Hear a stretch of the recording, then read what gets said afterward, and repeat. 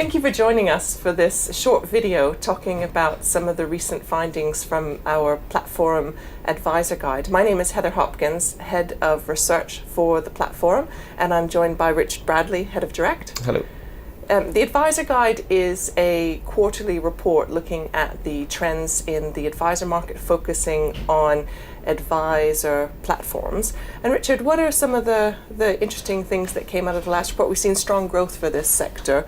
So yeah, the advisor platform market has seen strong growth for a number of years now. So we surpassed 300 billion towards the end of 2014.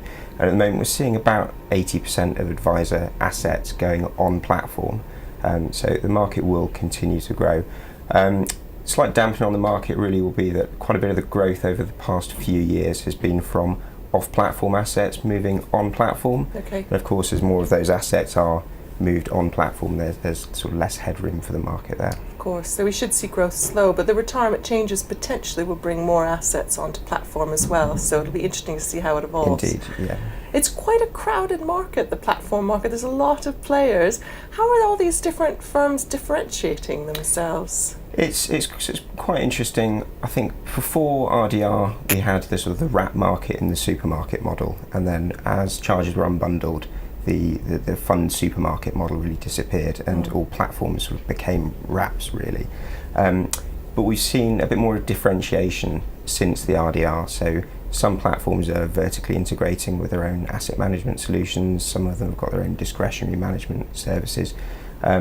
Some of them are technology providers, fundamentally providing just access to a wide range of fund managers. So there's quite a bit of differentiation in the market, right, serving very different advisor segments, really. And are we seeing growth across the piece for all these different types? And I'd say it's a bit early to say. I think those firms that are vertically integrating at the moment are in quite a good position post RDR. So we're potentially seeing a rise of sort of more restricted advisors, so platforms that are buying up advisory firms have their own in-house discretionary services and asset management capability, right, as well as some of the life company pieces as well. right, could be in quite a good position.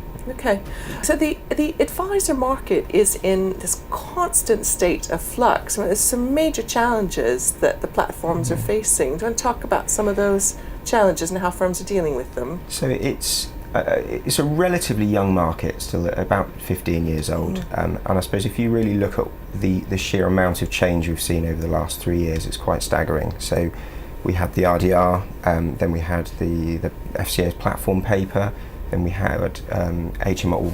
Just before that, we had HMRC's announcement that rebates would be taxed. We've got pension reforms that have just been through recently, right, and we've also got MiFID II on the horizon as well, which is going to have some impact on UK distribution. So there's a lot that has happened, and there's certainly more to come. Great, interesting, really interesting, Richard. Thank you. Thank you for joining us today. If you're interested in more information on our advisor guide, please do get in touch. We're at platforum.co.uk. Thank you.